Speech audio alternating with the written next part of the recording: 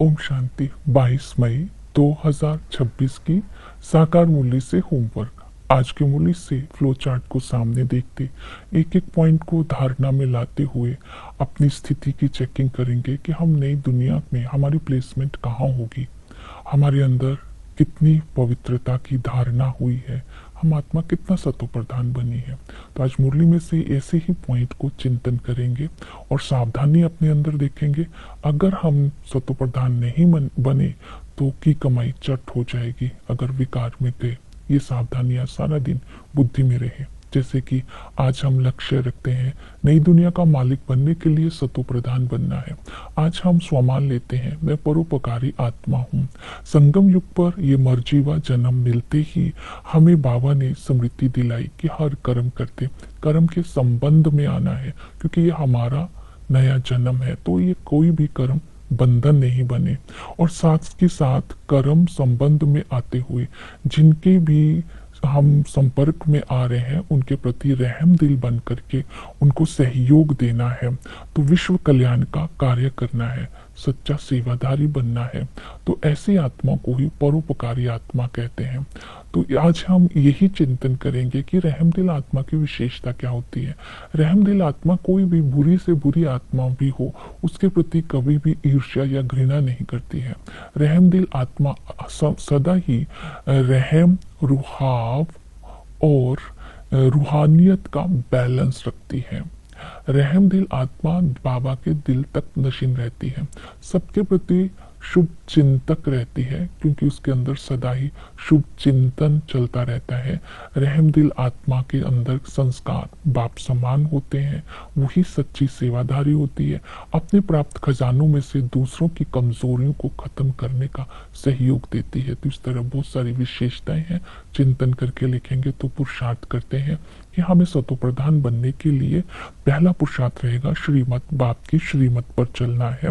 बाप की श्रीमत पर चलने से ही हम नई दुनिया का मालिक बनेंगे। पवित्र बाबा ने कहा कि बाप को जान हम पवित्र बनते हैं और शांति की स्थापना में बाप के मददगार बनते हैं। अगर श्रीमत पर बाप को नहीं जाना तो हम बाप के मददगार नहीं बनते हैं। बाबा ने कहा विकार की चोट नहीं खानी है। और दूसरा बाबा ने कहा आश्चर्यवत हो भागंती नहीं होना है, अर्थात बाप का हाथ नहीं छोड़ना है। तीसरा बताया साक्षात्कार की आश नहीं करनी है, क्योंकि इसमें माया की प्रवेशता हो जाती है। और योग में रहने की मेहनत करनी है। और बाबा ने कहा एक रस स्थिति के द्वारा समस्या, परिस्थिति, माया, विघ्न पर विजय प्राप्त करने का पूरा पूरा अटेंशन देना है। ये सभी श्रीमत को आज अटेंशन में रखेंगे। दूसरा है निर्विकारी बनना। तो बाबा ने कहा काम महाशत्रु है जो आदि मध्य अंत दुख देता है। इस काम महाशत्रु पर विजय प्राप्त करनी है। इस संगम पर अगर तुम पवित्र बनेंगे तो तुम पवित्र दुनिया का मालिक बन जाएंगे।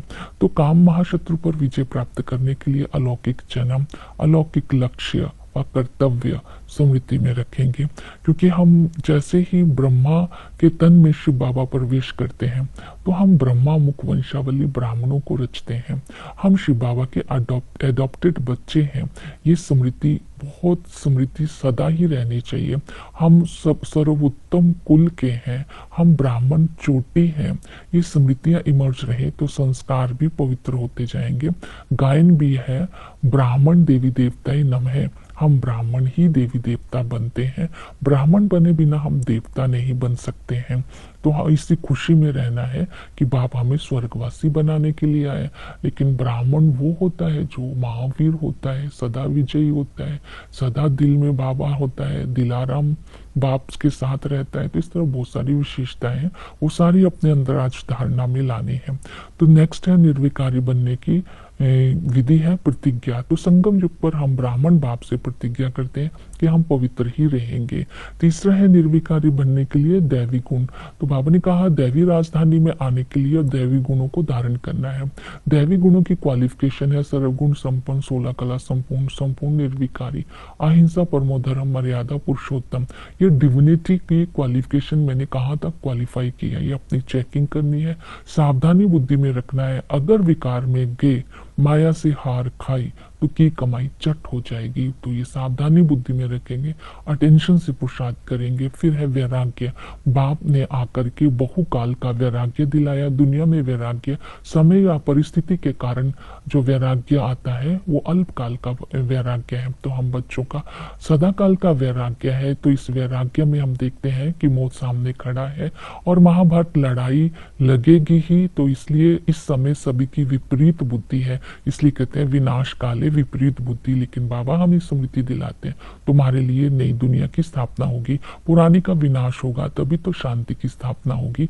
इस तुम बच्चे ही निमित्त बनते हो। तो गायन भी है, रुद्र ज्ञान यज्ञ से विनाश ज्वाला प्रज्वलित हुई।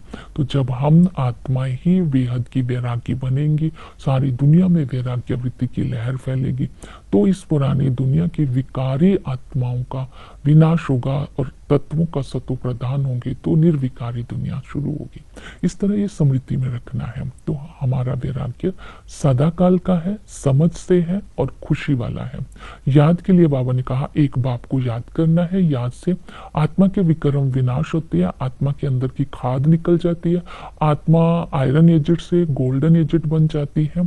तो आत्मा इस समय ही याद करना है तो ऊंच पद की अधिकारी बनती है। तो याद करने की विधि बताई, यथार्थ पहचान, अपने को आत्मा समझना है। मैं आत्मा हूँ, मुझे आत्मा में 84 जन्मों का पाठ है, मैं परमधाम वासी हूँ, मैं आत्मा पुनर्जन्म में आती हूँ। आत्मा ही इम्प्योर बनती है, आत्मा ही प्योर बनती है। दूसरा है परमात्म अभिमानी बनना, अर्थात परमात्मा ज्ञान का सागर है, पतित पावन है, चैतन्य बीज रूप है। इस समय परमात्मा ऑलमाइटी अथॉरिटी है, पुनर्जन्म रहित है। उनकी याद से ही आत्मा सत्व प्रदान बनती है। संबंधों से याद करेंगे कि हमारी प्रीत अभी एक बाप के साथ है। हम संगम पर बाप के बनते हैं तो बेहद के बाप से हमें बेहद का वर्षा मिलता है, अर्थात हम स्वर्ग का मालिक बनते हैं।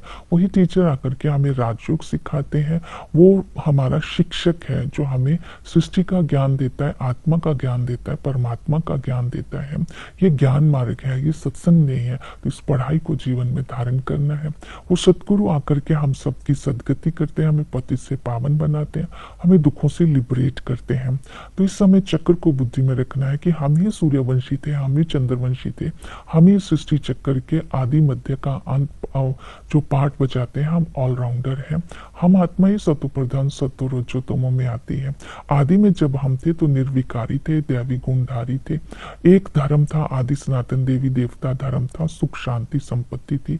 हम पुनर्जन्म सतयुग में ही लेते हैं, 21 जन्म हम राम राज्य में रहते हैं। जैसे ही मध्य में आते हैं रावण राज्य शुरू होता है, 5 विकारों का राज्य शुरू होता है। भक्ति भी करते हैं, जब तप भी करते हैं, लेकिन सीढ़ी नीचे उतरते आते हैं। वहां 9 कला, जैसे ही नीचे आते हैं वहां तो 16 कला संपूर्ण होते हैं, लेकिन मध्य में आते हैं तो 9 कला। तो अंत में बाबा आकर के ऑलमाइटी अथॉरिटी चैतन्य बीज हम ब्राह्मणों को देवता बनने का पुरुषार्थ कराते हैं। इसके साथ साथ सेवा के लिए बोला चैरिटी बिगन्स एट होम। मंदिरों में जाकर देवताओं के पुजारी और शिव के पुजारियों को ये ज्ञान देना है कि परमात्मा सर्वव्यापी नहीं है।